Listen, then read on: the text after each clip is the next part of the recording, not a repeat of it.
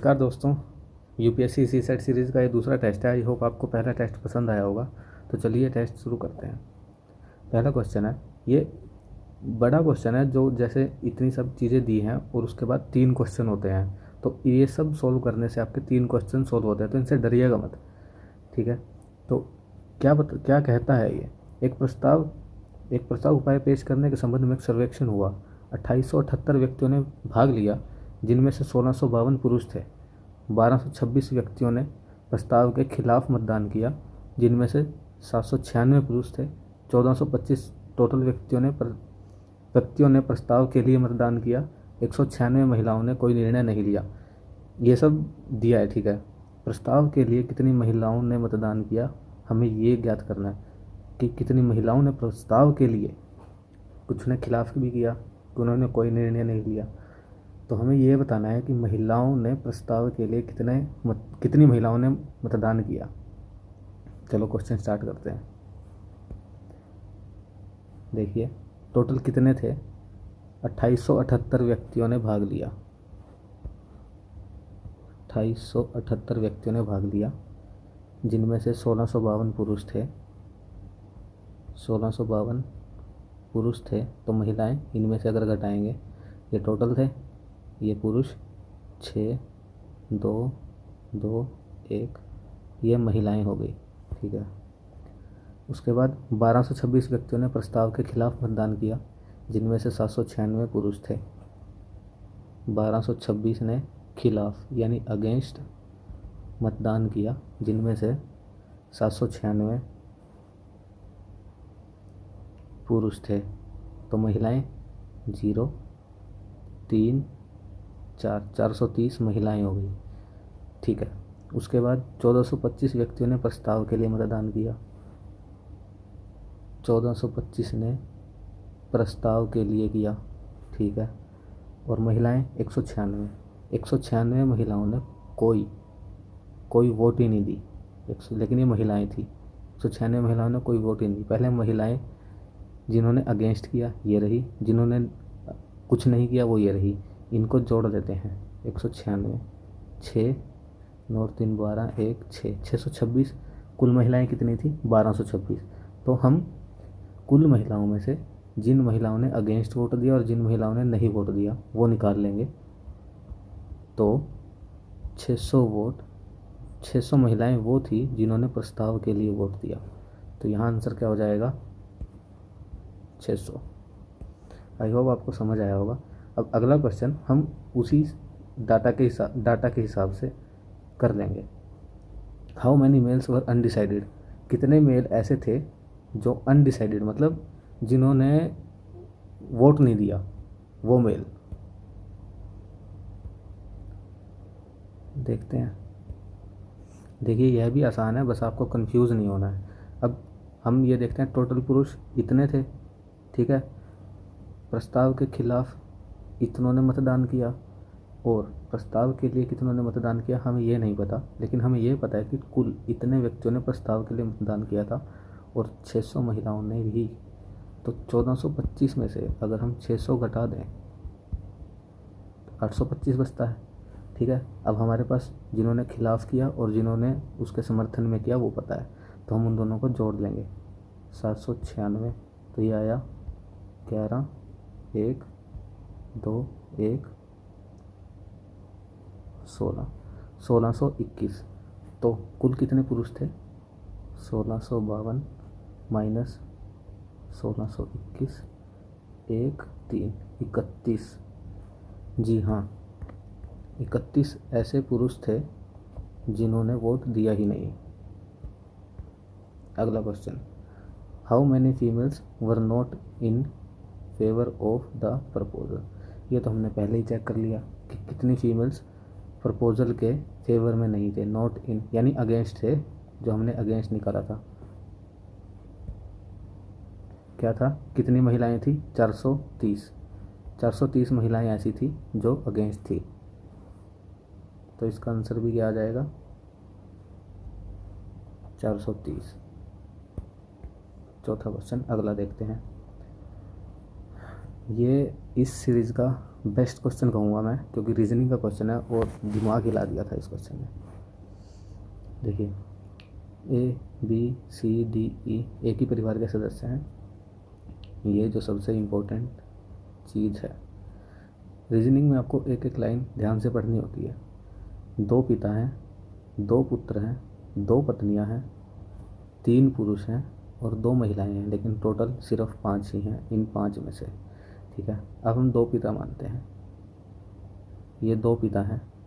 ठीक है, अब पिता हैं तो 2 पत्नियां, ये डब्बे वाली पत्नियां, 2 पत्नियां हो गई। 3 पुरुष और 2 महिलाएं हैं। अब 1 2 2 पुरुष हो गए, 2 महिलाएं होगी। तीसरा पुरुष कहाँ से आएगा? 2 पुत्र भी थे, तो संभवतः 1 पुत्र यहाँ भी होगा। स्ट्रक्चर समझ आया आपको? 5 पूरे हो गए और इनमें 3 पुरुष हैं और 2 महिलाएं हैं। ठीक है, अब हम आगे बढ़ते हैं। शिक्षक एक वकील की पत्नी थी जो एक डॉक्टर का बेटा था। ठीक है, शिक्षक पत्नी है यानी महिला है वो, तो या तो ये होगी या ये। ठीक है, वो एक वकील की पत्नी है तो ये पुरुष हुआ, और वो बेटा भी है, एक डॉक्टर का बेटा है, यानी पक्का ये शिक्षक है, टीचर है, और ये बंदा लॉयर है, वकील है। ठीक है, और ये डॉक्टर का बेटा है तो यानी ये डॉक्टर हुए। ठीक है, ई पुरुष नहीं है, न ही एक पेशेवर की पत्नी भी नहीं है। तो जो ई है वो पुरुष नहीं है, ई पुरुष नहीं है तो संभवतः वो महिला है, और वो किसी पेशेवर की पत्नी भी नहीं है। पेशेवर की पत्नी तो ये थी, तो यानी ई ये है, ई ये हो गए। ठीक है, सी परिवार में सबसे छोटा व्यक्ति है, सबसे छोटा व्यक्ति तो यही है, तो ये सी हो गया। और डी सबसे बड़ा है, ये पत्नी थी, डी तो यही होंगे। ठीक है जी, और बी पुरुष हैं। अब पुरुष कौन बचा? ये, तो यही पुरुष होंगे। अब देखते हैं, हमारे पास A B C D E थे, डी ये रहा, ई ये रहा, बी सी, तो ये ए होंगे। अब हमें बताना है कि how D is related to E, D का ई से क्या संबंध है। तो सॉरी ऑप्शंस नहीं है, लेकिन हमें पता है कि डी ई का पति है, तो यही हमारा आंसर होगा। एक बार इस चार्ट को ठीक से देख लो और हो सके तो नोटबुक में उतार लो। अगला क्वेश्चन देखते हैं, who are the females in group. मैं एक बार वो बना लेता हूँ जल्दी से। ये था और ये था। ठीक है, ये क्या क्या था? ये ई था, ये डी था, ये बी था, ए और सी। तो फीमेल्स महिलाएं कौन कौन सी हैं? ई और ए, ये तो हम कर चुके हैं ना। ठीक है जी, whose wife is a teacher. अब हमें ये बताना है कि किसकी पत्नी टीचर है। टीचर, यहाँ डी था, यहाँ ई था, यहाँ ए था, यहाँ बी था, यहाँ सी था, ये मैडम टीचर थी और ये बंदा लॉयर था, तो किसकी पत्नी टीचर है? ए की। अगला क्वेश्चन देखते हैं, ये पैसेज है और ये पैसेज भी अच्छा है। अब हम पैसेज में कीवर्ड्स, जो कीवर्ड्स होते हैं उन्हें हम कैसे पकड़ें। मैं अंडरलाइन करता रहूँगा कीवर्ड्स, क्योंकि मैंने पढ़ा हुआ है तो मुझे कीवर्ड्स को पता है। ठीक है, उसके बाद हम क्वेश्चन देखेंगे। वसंत ऋतु में ध्रुव भालू की माताएं 3 महीने के शावकों के साथ मांद से निकलती हैं।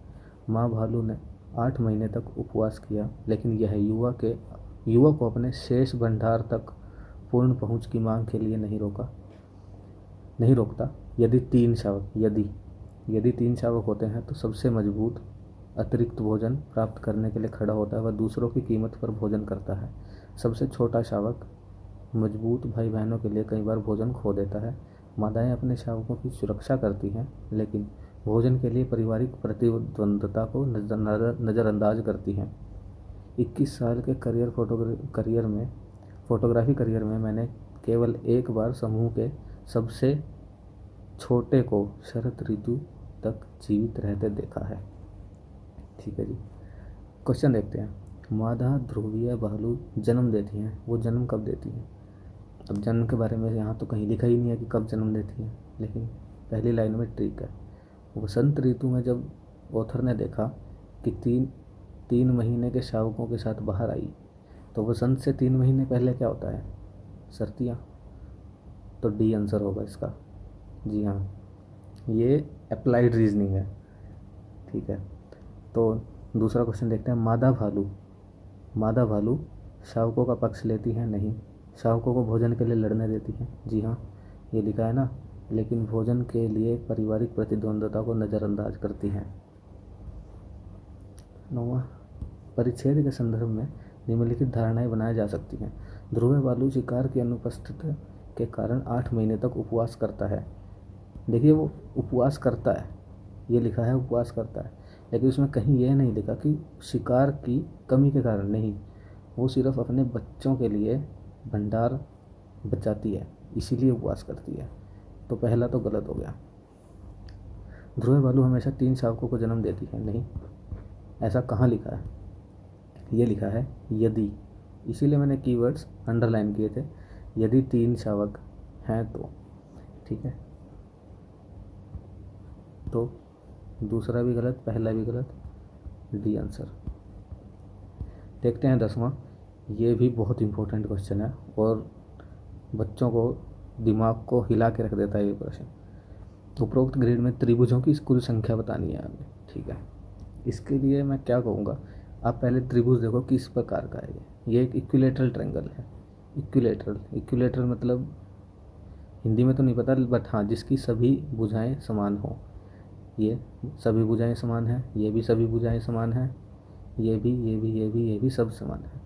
तो हम यहाँ पे क्या करेंगे, हम इसकी यूनिट के हिसाब से ट्रायंगल गिनेंगे। जैसे ये 1 यूनिट का ट्रायंगल है, एक बार इसकी भुजा काउंट हुई, ये 2 बार यानी 2, और यहाँ से लेके यहाँ तक ये 3 बार, यहाँ से लेके यहाँ तक ये 4 बार। आया समझ? तो हम पहले 1 यूनिट वाले ट्रायंगल देखते हैं कितने हैं, त्रिभुज देखते हैं कितने हैं। 1 2 3 4 5 6 7 8 9 10 11 12, कितने हुए? 12। ठीक है, 2 वाले देखिए, ये और ये, इससे 1 मिनट, यहाँ से ये इससे मिलके ये एक ट्रायंगल बना, क्योंकि इसमें ये 2 2 और 2, तो 2 यूनिट हुई। 1 2 3, 1 मिनट मैं साफ बताता हूँ, दिखाता हूँ। 2 वाले 1 2 3 4 5 6, और एक ये उल्टे वाला 7, यानी 1 वाले कितने हुए थे? 12। 2 वाले कितने हुए? 7। 3 वाले भी देख लेते हैं यार। एक देखिए, 1 2 3, ये 3 मिला के 1 2 3, 3 वाले 3 हुए, और 4 वाले तो 1 2 3 4, 4 वाला तो एक ही बनेगा ना भाई। तो हम 1 वाले कितने बने थे? 12। 2 वाले कितने बने थे? 7। 3 वाले कितने बने थे? 3, और 4 वाले 1। 7 और 3 10, और 11 और 12 23, कुल 23 त्रिभुज हैं। आशा करता हूँ आपको टेस्ट पसंद आया होगा, बहुत ही बेहतरीन क्वेश्चंस थे। तो अपना ध्यान रखिए कोरोना से, और अपनी फैमिली का भी ध्यान रखिए। अगले टेस्ट में मिलते हैं, बाय बाय।